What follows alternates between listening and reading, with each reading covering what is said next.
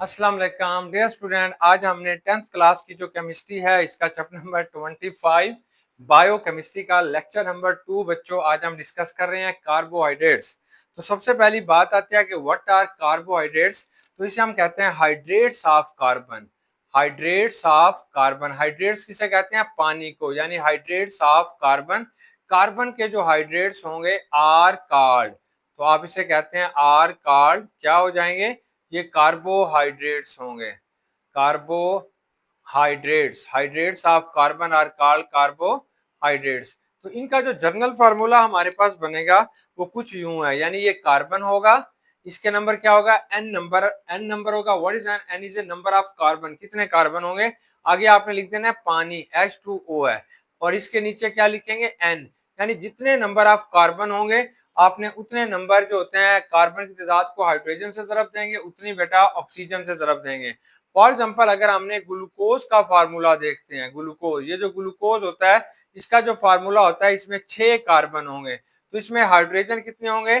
तो अब आपने क्या करना है कि ये जो हाइड्रोजन होगा ये 2 ज़रबे 6 आएगा, और ऑक्सीजन कितना होगा? ये 1 ज़रबे 6 होगा। तो क्या बन जाएगा? ये जो कार्बन होगा ये बेटा 6 होगा, हाइड्रोजन कितना होगा? ये 12 होगा, और ये ऑक्सीजन कितना हो जाएगा? 6 हो जाएगा। इसलिए आप इन्हें हाइड्रेट्स ऑफ कार्बन कहते हैं, ये इनका जर्नल फार्मूला होता है। कार्बन कार्बोहाइड्रेट्स वो कंपाउंड्स होते हैं, वो नेचुरली अकरिंग कंपाउंड है। नेचुरली का मतलब है जो कुदरत पैदा कर रही है, नेचुरली अकरिंग कंपाउंड, ये कुदरती तौर पर पाए जाने वाले कंपाउंड्स होते हैं जो मोस्ट अबंडेंट होते हैं, सबसे ज्यादा पाए जाते हैं, मोस्ट अबंडेंट होते हैं, अबंडेंट ऑन अर्थ, हमारी जमीन के ऊपर पाए जाने वाले जो सबसे ज्यादा मुरक्कबात होते हैं वो बच्चों कार्बोहाइड्रेट्स होते हैं। यानी आप जा रहे होते हैं खेतों के अंदर, आपको नजर आएगी गंदम काश्त हो रही है, वो सारे कार्बोहाइड्रेट्स, कहीं पे चावल राइस काश्त हो रहे हैं वो सारे बेटा कार्बोहाइड्रेट, कहीं पे पोटाटोज यानी आलू काश्त हो रहे हैं वो सारे के सारे क्या होते हैं? कार्बोहाइड्रेट्स। अगर कोई सेब मीठा है तो उसमें ग्लूकोज है, कार्बोहाइड्रेट्स। अगर कोई बेटा आम मीठा है तो कार्बोहाइड्रेट। तो ये कार्बोहाइड्रेट्स वो मुरक्कबात होते हैं जो नेचुरली अकरिंग है, और जमीन के ऊपर सबसे ज्यादा मिकदार के अंदर यही वाले कंपाउंड पाए जाते हैं। अब कार्बोहाइड्रेट्स की बेटा स्ट्रक्चर क्या होती है, या इसके अंदर कौन कौन से एलिमेंट्स पाए जाते हैं? तो जितने भी कार्बोहाइड्रेट्स हैं इनके अंदर सिर्फ 3 एलिमेंट्स पाए जाते हैं। देखो ये आपने ग्लूकोज का फार्मूला लिखा तो इसमें आपको क्या नजर आया? इसमें कार्बन होगा, कार्बन। तो carbohydrates consist of following elements, इसमें कुछ कार्बन होते हैं, इसमें बच्चों हाइड्रोजन भी होता है, और तीसरा अहम एलिमेंट जो इनका दोस्त है या इनके साथ लाजमी पाया जाता है, दैट इज ए ऑक्सीजन। तो इसे बेटा आप क्या कहते हैं? ऑक्सीजन कहते हैं। ये जो कार्बोहाइड्रेट्स होते हैं ये सारे के सारे मीठे नहीं होते, कुछ कार्बोहाइड्रेट्स ऐसे होते हैं जो स्वीट इन टेस्ट होते हैं। Some carbohydrates are sweet in taste, ये आमतौर पर बेटा थोड़े मीठे होंगे, टेस्ट के अंदर स्वीट होते हैं। Due to this reason they are called sugars. तो आमतौर पर इनको क्या कहते हैं? शुगर्स कहते हैं। अब मीठे कार्बोहाइड्रेट्स कौन से होते हैं? जैसे ग्लूकोज होता है, ये बहुत ज्यादा बेटा मीठा होगा। ऐसे सुक्रोज होता है, ये चीनी होती है, जो गन्ने वाली चीनी है, ये बहुत ज्यादा क्या होगी? मीठी होती है, तो इसलिए आप इन्हें शुगर्स का नाम भी देते हैं। लेकिन जो हमारा स्टार्च है, जैसे आप निशास्ता कहते हैं, वो मीठा नहीं होता। आटा जो होता है, फ्लोर आटा जिससे रोटी बनाते हैं, वो भी मीठा नहीं होता। तो वो जो होते हैं वो नॉट स्वीट इन टेस्ट, तो वो कभी भी बेटा मीठे नहीं होते। अब ये जो कार्बोहाइड्रेट्स है आपने इनको कितने हिस्सों के अंदर क्लासिफाइड करते हैं? तो carbohydrates can be classified into 3 parts, 3 हिस्सों के अंदर बेटा आप इसे तकसीम करते हैं। First one is called monosaccharide. तो ये पहला पहला जो आएगा इसे आपने क्या कह देना है? ये मोनोसेक्राइड्स कहलाते हैं। दूसरी जो इसकी क्लासिफिकेशन होती है इसे आपने ओलिगोसेक्राइड कहते हैं, ओलिगोसेक्राइड। तो ये बेटा क्या कहलाएगा? ओलिगोसेक्राइड्स कहलाता है। और तीसरा जो इसके पास इंपॉर्टेंट प्रॉपर्टीज आती है उसे पॉलीमेरिक कार्बोहाइड्रेट्स कहते हैं, पॉलीमेरिक कार्बोहाइड्रेट्स। तो पॉलीमेरिक बेटा कार्बोहाइड्रेट्स कहेंगे, या these are also called polysaccharide. तो इनका एक और नाम जो होता है वो पॉलीसेक्राइड होता है, तो आपने इसे पॉलीसेक्राइड भी कह सकते हैं। अब ये जो क्लासिफिकेशन है ये क्यों आपने किया है? ड्यू टू डिफरेंट प्रॉपर्टीज, क्योंकि इनके अंदर प्रॉपर्टीज जो होती हैं वो मुख्तलिफ हो जाती है, इस वजह से आप इन्हें इन क्लासिफाइड करते हैं, दे कैन बी क्लासिफाइड।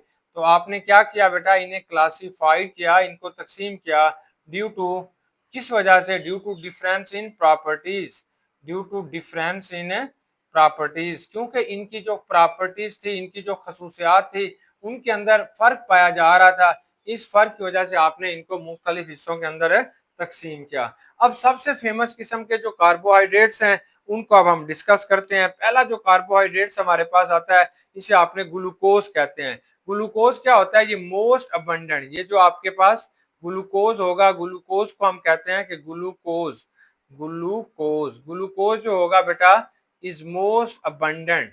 ये क्या होगा, ये मोस्ट अबंडेंट कार्बोहाइड्रेट है, सबसे ज्यादा पाया जाने वाला क्या होगा, कार्बोहाइड्रेट्स है।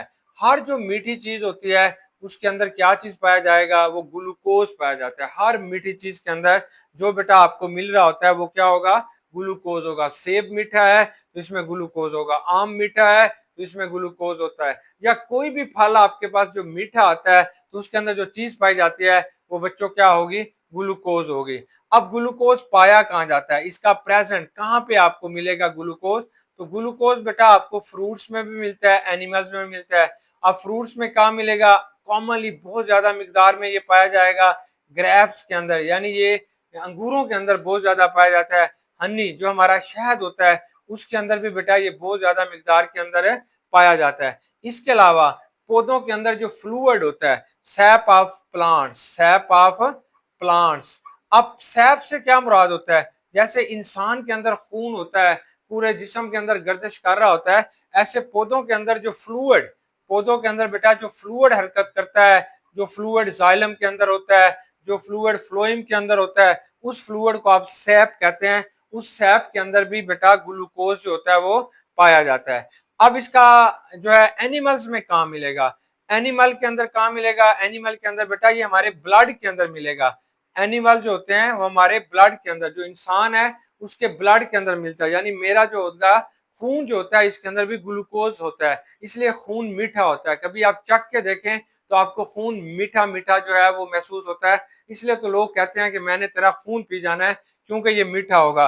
दूसरा बेटा खून जो होता है वो यूरिन के अंदर भी पाया जाता है, ये नहीं आपने चखना, यूरिन, यूरिन के अंदर भी ये क्या होगा, ग्लूकोज पाया जाता है। तो आपने अक्सर देखा होगा जो लोग डायबिटिक्स होते हैं, शुगर के मरीज होते हैं, तो उनका ब्लड चेक किया जाता है, ब्लड शुगर चेक की जाती है या यूरिन शुगर चेक की जाती है। असल में वो देखते ये हैं डॉक्टर कि इनके ब्लड के अंदर कितना ग्लूकोज है या इनके यूरिन के अंदर बेटा कितना ग्लूकोज है। आमतौर पर ये ग्लूकोज करता क्या है, हमारी बॉडी के अंदर क्या करता है, ये मेन सोर्स ऑफ एनर्जी होगा एनिमल में। मेन सोर्स क्या करेगा बेटा, मेन सोर्स ऑफ एनर्जी, ये हमें एनर्जी देता है, एनर्जी होगा इन एनिमल, एनिमल के अंदर ये एनर्जी का बहुत ज्यादा सोर्स होगा। देखिए कभी आपने मिठाई खा लें, आपको बहुत शदीद भूख लगी हुई है, एक छोटा सा रसगुल्ला आप खा लेते हैं तो आपकी बॉडी में ग्लूकोज चला जाता है, सारी की सारी जो भूख होती है वो खत्म हो जाती है। या कभी घर में आए और शदीद भूख लग रही हो, थोड़ी सी चीनी खा लें, ग्लूकोज पड़ा होता है तो वो थोड़ा खा लें तो आपको बहुत सारी एनर्जी मिल जाती है। तो ये मेन सोर्स ऑफ एनर्जी होता है जो ग्लूकोज होगा। अब यहाँ पे एक थोड़ी सी बात और रह गई है कि ये जो कार्बोहाइड्रेट्स होता है इनके अंदर फंक्शनल ग्रुप क्या होगा, तो ये जो कार्बोहाइड्रेट्स होते हैं बेटा इनमें लार्ज, बहुत सारे large number of hydroxyl group होंगे, इनके अंदर बहुत सारे OH ग्रुप होते हैं। इसके अलावा जितने भी कार्बोहाइड्रेट्स होंगे या तो इनके अंदर कोई अल्डिहाइड ग्रुप होगा, अल्डिहाइड होगा, या बच्चों इसके अंदर क्या होगा, केटोनिक ग्रुप होगा। तो ये फंक्शनल ग्रुप आ जाते हैं केटोनिक ग्रुप, यानी हाइड्रोक्सल ग्रुप भी होगा, अल्डिहाइड या केटोनिक ग्रुप भी इसके अंदर पाया जाएगा। अब बेटा हम बात करते हैं फ्रक्टोज की। फ्रक्टोज क्या होता है, ये ग्लूकोज का भाई होता है। और फ्रक्टोज आपको कहाँ पे मिलता है, फ्रक्टोज हमें स्वीट के अंदर मिलता है, जो मीठे किस्म के फ्रूट्स होते हैं, जो मीठे फल होते हैं जहाँ पे आपको ग्लूकोज मिल रहा होता है उसी के साथ आपको मिलेगा। स्वीट फ्रूट जूसेस के अंदर पाया जाएगा, जो मुख्तलिफ आपने जूसेस पीते हैं उसके अंदर मिलेगा। इसके अलावा बेटा ये जो फ्रक्टोज होता है वो हनी के अंदर भी मिलता है। अब ग्लूकोज और फ्रक्टोज में क्या फर्क होता है, ग्लूकोज के अंदर जो है फंक्शन ग्रुप होगा वो अल्डिहाइड होता है, जबकि फ्रक्टोज के अंदर जो फंक्शन ग्रुप होगा वो केटोनिक होता है, यानी इसे आप कीटो शुगर भी कहते हैं। केटोनिक फंक्शनल ग्रुप होगा, कीटोन होगा। Due to this reason it is also called keto sugar. तो यही वजह बेटा आप इसे क्या कहते हैं, कीटो शुगर कहते हैं। अब ग्लूकोज का एक स्पेसिफिक नेम भी होता है कि इसे आपने डेक्सट्रोज भी कहते हैं, डेक्सट्रोज। अब डेक्सट्रोज आप इसे क्यों कहते हैं, डेक्सट्रोज बेटा इसलिए कहते हैं कि आमतौर पर हमारे पास एक इंस्ट्रूमेंट होता है जिसके अंदर आपने ग्लूकोज को लेके, ऐसे स्पेक्ट्रोफोटोमीटर होगा, ग्लूकोज को एक सेल के अंदर रखते हैं, फिर आपने इसके अंदर से लाइट को गुजारते हैं। जब लाइट को गुजारेंगे तो ग्लूकोज का जो सोल्यूशन पड़ा हुआ है ये इस लाइट को राइट की तरफ रोटेट कर देगा। जब लाइट की तरफ रोटेट कर देता है तो इसलिए आप इसे कहते हैं डेक्सट्रोज। डेक्सट्रो का मतलब है राइट, यानी ये आमतौर पर ग्लूकोज का सोल्यूशन जो होता है अगर इसके सामने से लाइट को गुजारा जाए तो ये लाइट को बेटा रोटेट कर देगा किसकी तरफ, राइट की तरफ। तो इसलिए आप इसे डेक्सट्रोज कहते हैं। इसको आप कहते हैं फोटोमीटर के अंदर ये काम होगा। आम ग्लास के अंदर लेके आप टार्च को मारेंगे तो वो लाइट रिफ्लेक्ट नहीं होगी, तो ये डेक्सट्रोज शुगर इसलिए बेटा ये कहलाता है।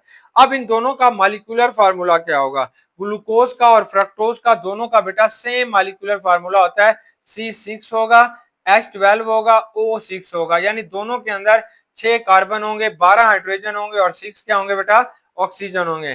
फर्क क्या होगा, फ्रक्टोज के अंदर कीटो शुगर है, जो इसके अंदर केटोनिक ग्रुप पाया जाएगा, और ये जो ग्लूकोज होता है इसके अंदर जो फंक्शनल ग्रुप होगा वो अल्डिहाइड होता है। इन दोनों में ये फर्क है। अब हम इनकी स्ट्रक्चर बनाते हैं, क्योंकि इसके अंदर 6 कार्बन होते हैं। तो पहले हम ग्लूकोज की स्ट्रक्चर बना रहे हैं, तो ग्लूकोज के बेटा ये 6 कार्बन आपने ले लेने हैं। ये कार्बन नंबर 1 है, ये 2 है, ये बेटा कार्बन नंबर 3 है, ये कार्बन नंबर 4 है, ये कार्बन नंबर 5 है, और इसको हम कहते हैं कार्बन नंबर 6। ये कार्बन नंबर 6 होगा। अब हमारा जो कार्बन नंबर 1 होता है इसके साथ बेटा यहाँ पे फंक्शनल ग्रुप अटैच होता है। कौन सा फंक्शनल ग्रुप अटैच होगा, अल्डिहाइड। यानी इस कार्बन के साथ एक डबल बॉन्ड बना के एक ऑक्सीजन को जोड़ देना है, इसकी दूसरी तरफ क्या करोगे, एक हाइड्रोजन को जोड़ देना है। अब इसके साथ आपने बहुत सारे OH लगा देने हैं। तो यहाँ पे बेटा OH इधर लगाएंगे और हाइड्रोजन क्या करेंगे, इधर लगाएंगे। सिर्फ तीसरे नंबर वाला कार्बन जो होगा, सिर्फ थर्ड कार्बन जो होगा, इसकी लेफ्ट साइड पे OH लगाएंगे। हाइड्रोक्सिल ग्रुप जो होगा इसकी बेटा लेफ्ट साइड पे लगाएंगे। बाकी जितने भी कार्बन होते हैं उनकी राइट साइड पे आपने क्या लगाने हैं, हाइड्रोक्सिल ग्रुप लगा देना है राइट साइड पे।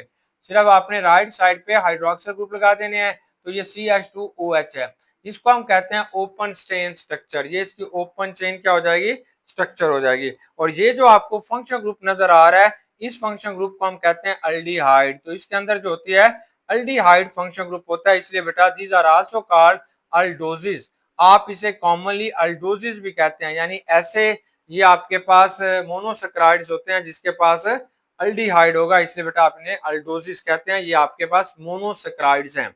अब आपने फ्रक्टोज का फार्मूला बना लें, यहाँ पे भी 6 कार्बन होंगे, 1 2, ये 1 कार्बन है, 2 है, ये बेटा 3 कार्बन होंगे, ये 4 कार्बन होगा, ये 5वां कार्बन है, और ये क्या होगा, छठा कार्बन।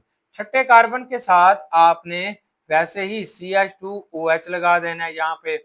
और यहाँ पे जो दूसरा कार्बन होता है इसके साथ आपने कार्बन का डबल बॉन्ड बनाना है ऑक्सीजन के साथ। अब ये जो कार्बन है इसके साथ इधर भी कार्बन अटैच है, इधर भी कार्बन अटैच है, इसलिए बेटा इस फंक्शन ग्रुप को अब आप कहते हैं केटोनिक फंक्शन ग्रुप। अब बेटा आपने इसके साथ क्या करने हैं, OH लगाने हैं। तो राइट साइड पे सारे OH जो होते हैं राइट साइड पे लगाने हैं।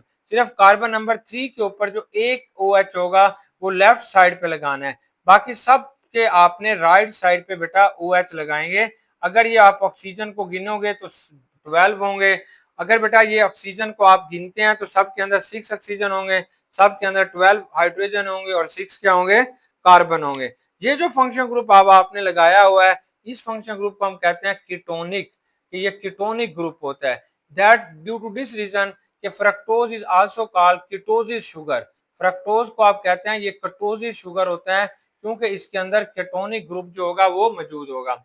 अब हमारे पास आ जाते हैं ओलिगोसैकराइड। ओलिगोसैकराइड्स क्या होते हैं, जब दो या दो से ज्यादा, यानी दो या दो से ज्यादा जो है ग्लूकोज के यूनिट आपस में मिलेंगे उसके नतीजे में जो कार्बोहाइड्रेट्स होते हैं उन्हें ओलिगोसैकराइड्स कहते हैं। दूसरे मतलब ये है कि ये जो आपके पास ये मोनोसैकराइड्स है, जो मोनोसैकराइड वो होते हैं जिसके अंदर सिर्फ और सिर्फ एक ग्लूकोज का यूनिट होगा, ये मोनोसैकराइड है सारे के सारे। मोनोसेक्राइड्स वो होते हैं बेटा जिसके अंदर क्या होगा, सिर्फ एक ग्लूकोज होगा, they consist of only one glucose, या सिर्फ और सिर्फ वन फ्रक्टोज पे मुश्तमिल हो गए, तो इन सब को आप कहते हैं मोनोसेक्राइड। अगर किसी चीज के अंदर एक से ज्यादा यानी दो ग्लूकोज हो, या एक ग्लूकोज एक फ्रक्टोज हो, या इसके अंदर कोई और इसकी जो है मोनोसेक्राइड का मिल जाए, तो that is known as a oligosaccharides, तो आप इसे ओलिगोसेक्राइड्स कहते हैं। फॉर एग्जांपल बेटा, जैसे आपके पास दो ग्लूकोज के यूनिट मिलते हैं, ये एक ग्लूकोज है प्लस बच्चों ये क्या होगा, दूसरा ग्लूकोज है। जब ये आपस में मिलते हैं तो जो चीज बनती है उसको आप डाइसेक्राइड कहेंगे, क्योंकि दो ग्लूकोज बन रहा है तो ये डाइसेक्राइड कहलाएगा। That is also called oligosaccharide, आप इसे ओलिगोसेक्राइड्स भी कहते हैं। अब इसका मॉलिक्यूलर फार्मूला क्या होता है, C6 है, H12 है, O6 है। इसका मॉलिक्यूलर फार्मूला भी क्या है, C6 है, H12 है, O6 क्या है। जब इन दोनों को आपस में मिलाओगे तो यहाँ से एक वाटर का मॉलिक्यूल निकलेगा, H2O निकलेगा। मतलब क्या है, यहाँ से एक H निकलेगा, यहाँ से एक H निकलेगा, और कोई एक ऑक्सीजन निकल जाएगा। बाकी कितने बच जाएंगे, बाकी जो आपके पास होगा, कार्बन कोई नहीं निकला, 6 इधर थे 6 इधर थे, तो ये 12 बन गए। अब हाइड्रोजन 2 निकल गए, 12 ये हैं 12 ये हैं, 24 में से 2 गए, बाकी कितने बच गए 12, सॉरी बेटा 22 बन गए। तो ये C12H22, ऑक्सीजन कितना निकला है, एक निकला है, तो ये 11। ये जो आपके पास डाइसेक्राइड होगा, they have a molecular formula C12H22O11। ये आपके पास बेटा जो है वो ओलिगोसेक्राइड या डाइसेक्राइड का मॉलिक्यूलर फार्मूला होगा। अब ये मॉलिक्यूलर फार्मूला किन किन चीजों के अंदर पाया जाएगा, जैसे आपके पास सुक्रोज होती है, सुक्रोज का मॉलिक्यूलर फार्मूला भी यही होगा, सुक्रोज। अब हम बात करते हैं व्हाट इज सुक्रोज।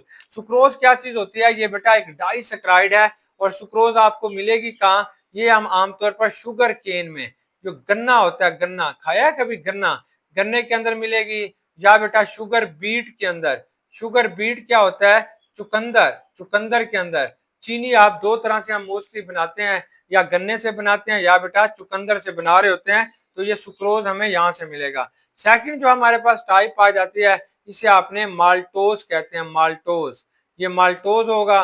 माल्टोज बेटा हमें कहाँ मिलती है, ये ब्रेड के अंदर मिलती है। ये जो हम रोटी खाते हैं थोड़ी थोड़ी हमें मीठी महसूस होती है, तो ब्रेड के अंदर होगी। इसके अलावा मुख्तलिफ जो दाने होते हैं, सीरियल्स होते हैं, उनके अंदर जो होता है वो माल्टोज हमें मिलेगा। नेक्स्ट बच्चे आपके पास जो आ जाता है ये लैक्टोज। ये क्या चीज होगा, लैक्टोज होता है। लैक्टोज आपको कहाँ मिलेगा, तो लैक्टोज हमें कहाँ मिलेगा, हम जानते हैं लैक्टोज सबसे ज्यादा दूध के अंदर पाया जाता है, मिल्क के अंदर पाया जाता है, ये मिल्क के अंदर पाया जाएगा। ये जो बेटा आपके पास सुक्रोज और लैक्टोज होते हैं, they are known as a reducing sugar. ये जो सुक्रोज है और बेटा ये जो लैक्टोज होते हैं, इनको आपने रिड्यूसिंग शुगर कहते हैं, यानी ये दूसरों को क्या करते हैं, रिड्यूस करते हैं। Due to this reason they are called reducing sugars, तो इनका जो नाम होगा वो रिड्यूसिंग शुगर ये कहलाएंगे। अब आपने पॉलीमेरिक कार्बोहाइड्रेट्स कहते हैं, या these are also known as a polysaccharides, तो इसका दूसरा जो नाम आ जाता है वो पॉलीसेक्राइड्स भी आप इन्हें कहते हैं। इसे आपने पॉलीमेरिक हाइड्राइड कार्बोहाइड्रेट्स भी कहते हैं, ये पॉलीसेक्राइड्स हैं। इन्हें पॉलीसेक्राइड्स क्यों कहते हैं, क्योंकि अगर ये एक आपके पास पॉलीसेक्राइड होगा तो इसमें हजारों लाखों यूनिट किसके होंगे, कार्बोहाइड्रेट, इसमें ग्लूकोज के होते हैं। जब इसको आप तोड़ते हैं तो इसके अंदर से बहुत सारे ग्लूकोज के यूनिट लिखते हैं, निकलते हैं, लाखों की तादाद में इसमें ग्लूकोज के यूनिट पाए जाते हैं। इसलिए आप इसे पॉलीमेरिक कार्बोहाइड्रेट्स कहते हैं, क्योंकि ये एक पॉलीमर है, इसके अंदर बहुत सारे ग्लूकोज आपस में मिलके एक लंबी सारी चेन बना रहे हैं, यानी ये सारे ग्लूकोज आपस में मिले हुए हैं, फिर इन्होंने एक लंबी सारी चेन बनाई हुई है। इस चेन को बेटा आपने पॉलीसेक्राइड्स कहते हैं। जब आप इसे तोड़ेंगे तो इसमें से n नंबर ऑफ बहुत सारे जो है वो ग्लूकोज होंगे, या हर ग्लूकोज है या हर एक क्या होगा, फ्रक्टोज होगा, बहुत सारे इसमें से यूनिट निकलेंगे। अब इनका जर्नल फार्मूला क्या होता है, आप इसे जर्नली कैसे लिखते हैं, आखिर इनका भी तो कोई फार्मूला होगा। तो इनका जो जर्नल फार्मूला हमारे पास आ जाता है वो बेटा C6 होगा। ये C कितना होगा, 6 होगा। H कितना होगा, 10 होगा। और ऑक्सीजन कितने होंगे, ये 5 होंगे। और यहाँ पे तादाद क्या होगी, N होगी। N से मुराद है बहुत सारी तादाद के अंदर ये होंगे। ये कार्बन की तादाद, मतलब यहाँ पे अगर आपने 5 6 जितने भी लिखते हैं, कम से कम यहाँ पे N का नंबर जो होगा वो 3 होगा। n का नंबर क्या होगा बेटा, 3 कम से कम आप रखेंगे। तो ये आपने जो बताई है ये डाइसैकराइड है। अगर n यहाँ पे 3 होगा तो उस चीज के अंदर कार्बन 18 हो जाएंगे, हाइड्रोजन 30, ये 15। अगर n की वैल्यू बेटा यहाँ पे आप 10 रख देते हैं तो ये 60 होंगे इतने। अगर n की वैल्यू यहाँ पे 100 रख देते हैं तो इस तरीके से ये आपके पास एक पॉलीमर बनेगा। पॉलीमर का मतलब होता है बहुत सारे यूनिट आपस में मिलके एक बड़ा यूनिट बनाते हैं, तो उसे पॉलीमर कहते हैं। तो पॉलीमेरिक कार्बोहाइड्रेट्स कौन से होते हैं, तो सबसे कॉमनली जो हमारे पास होता है वो स्टार्च होता है। स्टार्च, स्टार्च क्या होता है, ये बेटा निशास्ता, जिसे हम निशास्ता कहते हैं, ये क्या होगा, स्टार्च है। स्टार्च आपको मिलता कहाँ है, ये पोटैटोज में मिलेगा। ये सारा जो आलू होता है इसको आप कहते हैं ये स्टार्च है। और ये राइस, ये जो चावल होते हैं, ये भी बेटा आपके पास क्या होता है, स्टार्च है। इसके अलावा और बहुत सारे फ्रूट होते हैं, वो उनके अंदर पाए जाने वाली इस चीज को भी आपने स्टार्च कहते हैं। दूसरी जो चीज होगी, दूसरा जो आपके पास पॉलीमेरिक कार्बोहाइड्रेट है वो सेलुलोज होता है। सेलुलोज, सेलुलोज कहाँ पाया जाता है, ये भी बेटा प्लांट के अंदर पाया जाता है। तो सेलुलोज क्या होगा, जैसे कॉटन है, कॉटन होगा, या मुख्तलिफ किस्म का बेटा कॉटन है, ये कॉटन कॉटन आ जाती है। और दूसरा आपके पास क्या आएगा, वुड, लकड़ी होती है ऑफ डिफरेंट प्लांट्स। मुख्तलिफ जो प्लांट्स होते हैं उनकी जो लकड़ी होती है वो भी क्या बनी होती है, सेलुलोज से मिलकर बनती है। और सेलुलोज को आपने एक पॉलीमेरिक कार्बोहाइड्रेट्स का नाम देते हैं। अब हमारे पास आते हैं इंटरेस्टिंग इंफॉर्मेशन। तो आमतौर पर बेटा मीठा करने के लिए, किसी भी चीज का, मशरूबात को मीठा बनाने के लिए आप जो है मुख्तलिफ चीजों को इस्तेमाल करते हैं। हम चीनी को भी इस्तेमाल करते हैं, लेकिन हमारी अगर इंडस्ट्रियल लेवल पे बहुत सारी चीज बनानी है तो हम कहते हैं थोड़ी सी कोई चीज डालें तो वो बहुत सारा मीठा हो जाए। तो इसके लिए हमारे पास एसिसल्फेम, एसिसल्फेम एक एसिसल्फेम पोटाशियम एक ऐसा बेटा कंपाउंड है जो बहुत ज्यादा मिठास पैदा करता है। इन सॉफ्ट ड्रिंक्स के अंदर ये डाला जाता है। तो इसका नाम आपने याद रखना है, ये एमसीक्यूज के अंदर आएगा। दूसरी इंटरेस्टिंग इंफॉर्मेशन ये है कि ये जो लैक्टोज होता है ये आमतौर पर दूध में पाया जाता है। इसे हम यूज करते हैं इन बेकिंग के अंदर, मतलब मुख्तलिफ केक बनाने के लिए, डबल रोटियां बनाने के लिए। और इसके अलावा लैक्टोज से कमर्शियल मिल्क भी बनाते हैं। आमतौर पर ऐसा दूध जो आपने बेचना होता है इसको हम कहते हैं कमर्शियल मिल्क। जो बच्चों के लिए आमतौर पर छोटे इन्फेंट बेबी होते हैं, छोटे बच्चे होते हैं जो माँ का दूध नहीं पीते, जिन्हें डॉक्टर्स दूध देते हैं, तो वो उसके अंदर भी लैक्टोज पाया जाता है। अनलाइक सुक्रोज, सुक्रोज की तरह से बेटा ये जो लैक्टोज होगा that is also a reducing sugar, दूसरों को रिड्यूस कर देगी। अब हमारे पास दो चीजें आती हैं, एक को हम कहते हैं, ये फिर नेक्स्ट इंटरेस्टिंग इंफॉर्मेशन है, ग्लाइकोजन एंड स्टार्च। अगर बेटा आपने खाना खा लिया है, आपने एक रोटी खानी है, बड़ा मजे का खाना था, आपने 3 से 4 रोटियां खा ली हैं, किसी के घर में गए हुए हैं, बहुत सारा खाना था आपने खा लिया, तो अब जो आपके बॉडी को जरूरत है वो तो सिर्फ एक रोटी की है। आपने खाई हुई 3 रोटियां हैं, बाकी जो रोटियां होती हैं वो बॉडी के अंदर बेटा स्टोर हो जाती हैं, स्टोर हो जाएंगी in the form of glycogen.